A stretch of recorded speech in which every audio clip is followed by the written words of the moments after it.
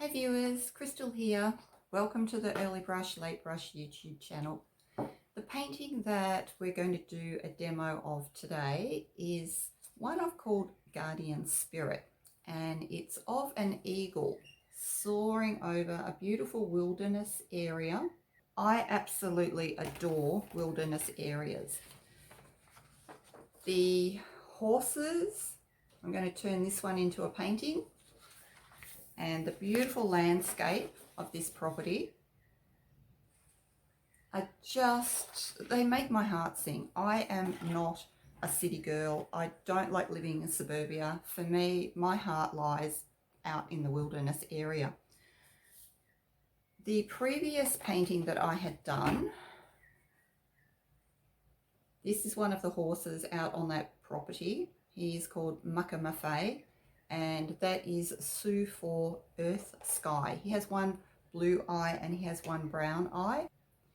There's actually a workshop coming up. Now, whoever is watching this video, the workshop is going to be held in September of 2023. I do want to be a part of it, and the workshop is about creativity and wisdom. And I think part of what we as artists need to do is not just to paint for ourselves and for financial profit, but how can we use our creativity in a way that benefits the earth or benefits humanity, a higher calling. And I think part of why this eagle picture has really resonated with me recently is there is something that is calling me to rise above my current circumstances in life and find a special higher purpose.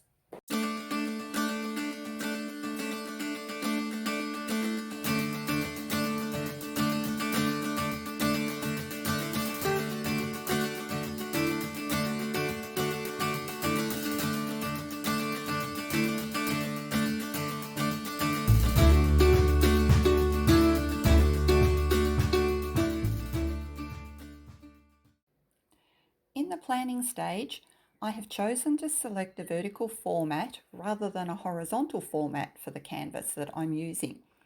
This creates a feeling of height, and the vertical trees in the foreground also aid the viewer's eye in travelling upward towards the eagle.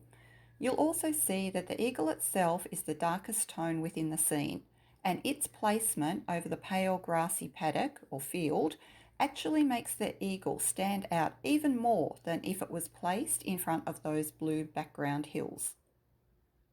If you place a viewfinder with grid lines over your image, it becomes easier to see where you can place your focal point. In this artwork, I have placed the eagle on the top right intersection. There is a circular design around the eagle. The viewer's eye travels up the pale tree in the foreground far left. It then travels from left to right along the paler trees in the background blue hills. The eye then rests on the eagle, and it travels down along the midground and foreground trees from right to left as it returns to the pale tree over on the left. In this original reference photo, I find that the clump of trees in the paddock is attracting too much attention. So this is something that I will need to alter in my painting and make them a paler colour. The colours that were used for this painting were white, yellow ochre, burnt sienna, viridian, phthalo blue, ultramarine blue, and dioxazine purple.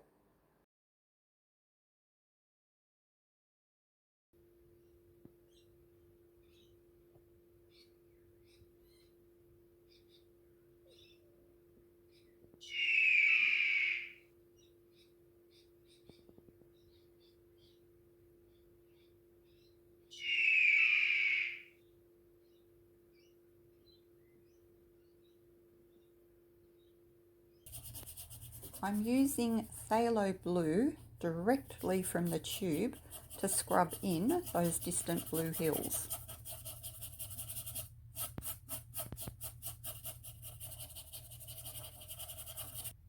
The darker blue at the top of the hills is a combination of phthalo blue and ultramarine blue.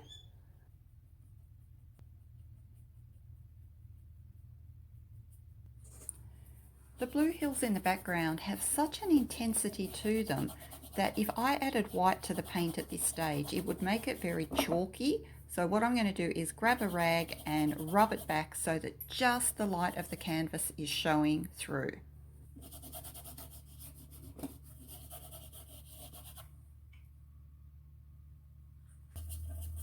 The background blue trees behind the eagle now have to be placed on the canvas. I'll put a bit of didgeridoo music on while we get that done.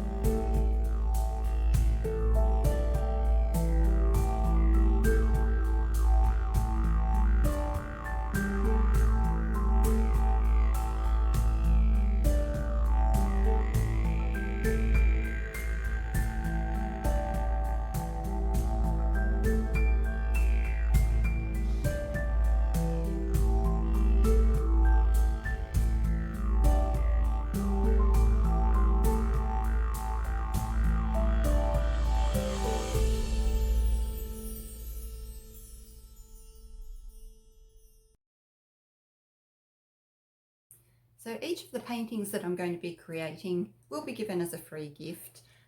If the owner of the property wants to sell each individual one, and the money that comes in from those can buy rounds of hay for the horses, maybe people who are attending workshops over at the property want a memento of their time there and the interactions with the horses and the beautiful land. So maybe some of them will be gifts that other people around the world will receive. We never know as artists how our energy, how our creation can have a greater impact in the world. And if I can in some way use my talents and skills to be part of a larger humanitarian purpose, then I'm very blessed to do so. All right, well, let's get on to painting the eagle and finishing off this small painting.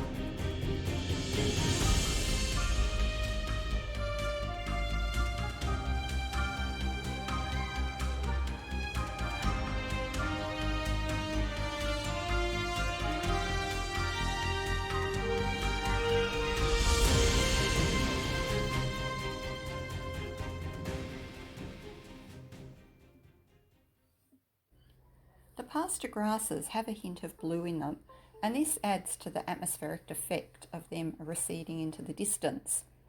I like the horizontal band that runs across the centre because it actually gives a break from all of the vertical elements that are going on in the painting, and the lightness of the grasses actually is another counterbalance to the darkness of the eagle. These are all small things, but they all add up when it comes to planning a good painting.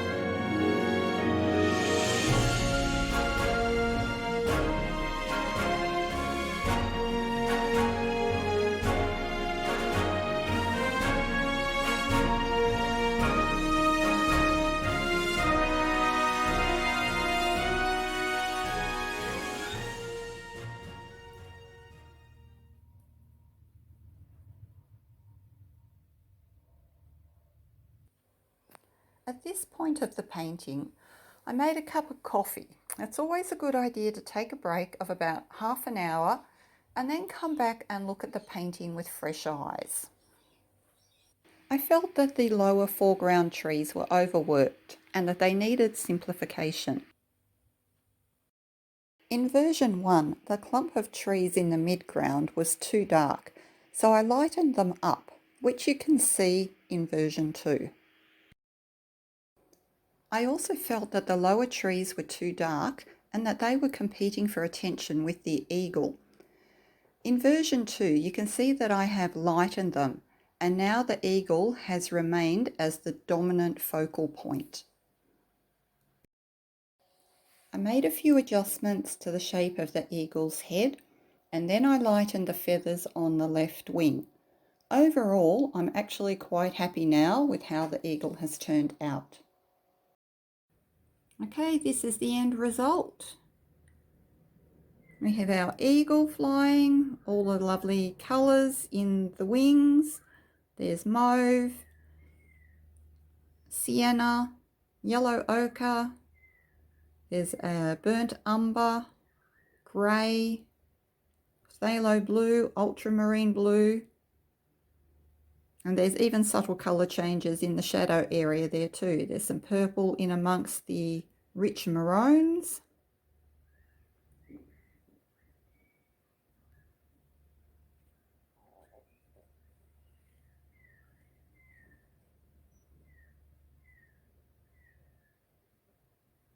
Down here in the area of the trees, again, a lot of colour changes going on. We've got a mixture of warm and cool. So you'll find that some of the blue hills has been put into the foreground trees. It just helps to tie the painting together. And the same, some of the warmer colours that are in the eagle actually go into the tree. Again, part of linking each of the elements together.